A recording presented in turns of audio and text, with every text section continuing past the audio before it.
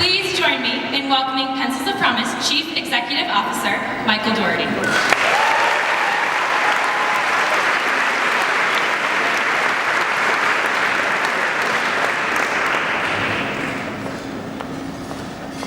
Good evening. Wow, what an evening, what an amazing room.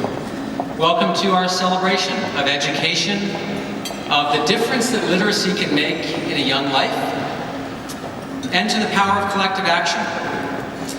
Before I start, I want to just cap off what it was an amazing performance by John Legend, somebody who shares with us a passion for education for every child.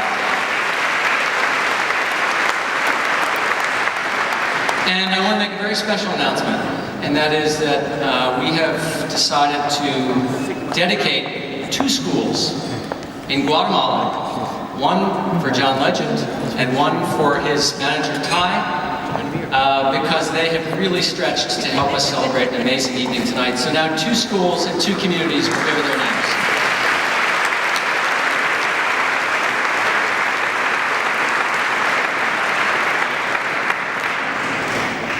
Take a moment to look at the photos behind me. I've tried to bring the world's last mile to you tonight. These are the children, the parents, the communities that welcomed me into their lives in the first few months of my PoP experience. And I speak to you for them tonight. Adam, thank you. Thank you for having the audacity to dream big, to start small, and to have sustained a movement that has truly made this a better world for children. Thank you.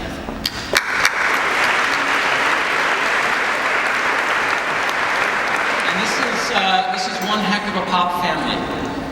From generous donors to board of directors, members of the advisory board, our talented staff, amazing staff around the world, and tireless volunteers.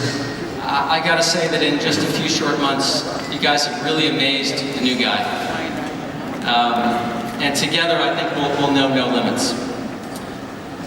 So, my wife Cindy and I got hooked on PoP through the eyes of our 3 daughters.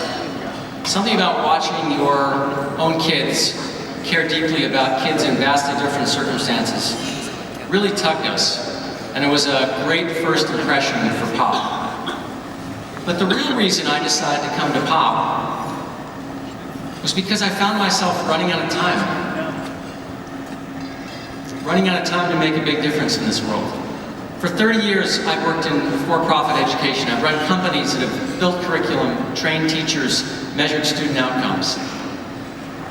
And I've poured my life energy into really making a difference for young children through education. But when I turned 50, a few weeks ago, actually, that's not right, a few years ago. We all wish, don't we? Yeah. I began to see my life work differently. Maybe there's something about being in the 3rd quarter of the game that really sharpened my mind. Or maybe there's something about seeing your daughters grow up and leave the nest, go on to be amazing global citizens and raise the bar for the whole family. Or maybe it's just stepping up to the biggest and toughest problems and knowing the world needs us. After I turned 50, I couldn't help asking the question, if my time is running out, if my time is limited in the work I can do, where's my work going to matter most? And now, after just a few months at PoP, I know. It matters most serving children who live in deep need, beyond the reach of help from others. You see, for these kids, PoP is a first responder. If we don't reach them, probably no one else will. Like in rural villages across Ghana, Guatemala, and Laos, where I saw literally dozens of laborers turn up to build with us to replace their schools under trees. And then weeks later, hundreds more to celebrate the opening of the first proper school their kids have ever had. So after deep immersion in the field, I can tell you with full-throated confidence that this PoP work matters, you matter, and this work will last. And it will last not just because a school building stands for years, it'll last because at PoP what we do is we save children, we save them from a life sentence of illiteracy. Let me make this more real for a moment. If any one of us in this room witnessed a swimming accident, our reaction to save a life, it'd be swift and sure, right?